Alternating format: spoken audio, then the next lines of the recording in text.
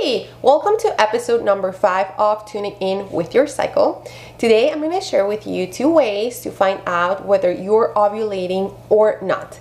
And this is really important because, as I mentioned last week, it doesn't matter whether you're trying to conceive or not. Ovulation is extremely important because it's the only way we can produce progesterone.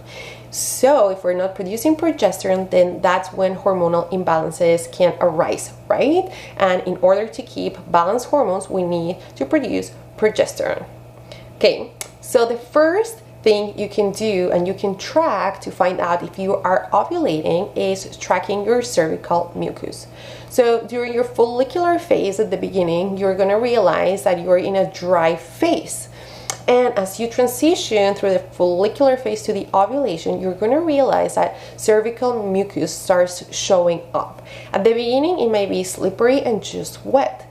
But once you know you are in your fertile window is when you notice that the cervical mucus, it has like a raw egg white consistency. So it's like stretchy, it's like exactly how an egg white looks before cooking. That's how the cervical mucus looks when you are in your fertile window. And this is pretty cool because the consistency helps sperm get to the egg, helps protect it, and helps keep it inside in order to fertilize the egg. So this is really amazing, and this is one of the indications that you are ovulating. Now, ovulation usually lasts between 3 and 4 days. However, you may start experiencing these the cervical mucus kind of like for around 1 day before you start like your ovulation and 1 day kind of after. So adding to those 3-4 days, it may be 6 days that you are actually fertile. So be aware on when the mucus starts and the consistency it gets to,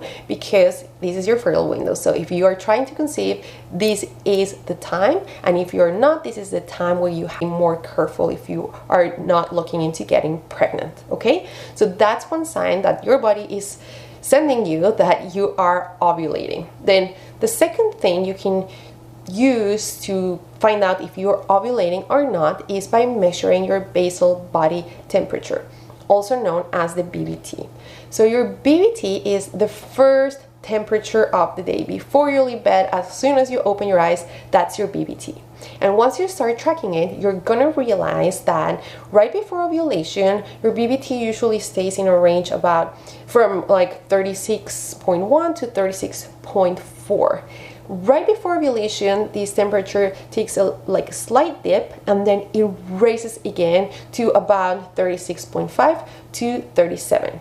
This raise is because of progesterone. So once you ovulate, you produce progesterone, and progesterone raises your temperature, and that's why this is super accurate into finding out whether you're ovulating or not. Now, BBT does need a little bit more commitment, and it has to be like a little bit more specific, and it needs a little bit more work. However, when you start practicing, you start getting used to it, right? So a couple of things you need to take into consideration when tracking BBT or when starting to track BBT is first of all, you cannot use a normal thermometer.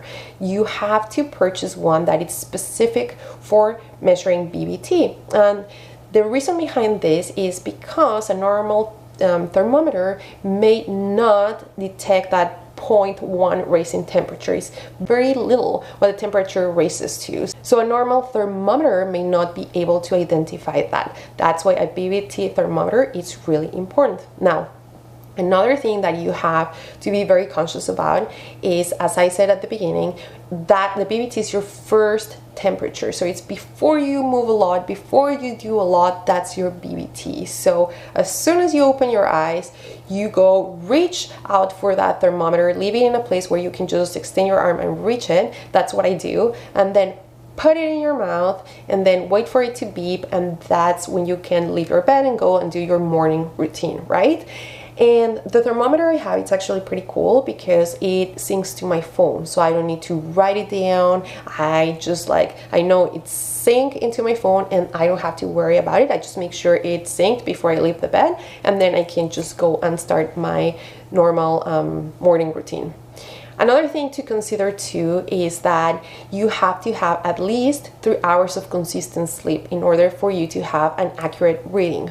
If your sleep was broken, if you kind of like woke up and then an hour later like fell asleep and then you woke up again and you didn't achieve those 3 consistent hours, then your temperature might be a little off. So it's just a matter of you leaving a note and tracking that day you didn't have a good sleep. If you see any variations in your chart, then you're gonna know why that variation happened, because it might like drop and then you may think you ovulated, but maybe like it's not that, it was because you didn't have a consistent sleep. Another thing that messes up with your BBT is alcohol. So if you had a couple drinks the night before, just track it in your chart. That way you know, again, the variation happened because you drank alcohol. Now, the last thing that it's a little bit tricky with the BBT is that you won't know you ovulated until after you have ovulated, because you're gonna notice your chart, the dip, because it's so little, and then the raise in temperature, that means you have had ovulated. Now, if you're trying to conceive, remember that an egg stays viable for about 12 to 24 hours, so that's the window where it can get fertilized. But also keep in mind that sperm can last up to 5 days in our body. So that's why tracking your cervical mucus along with your BBT is really important.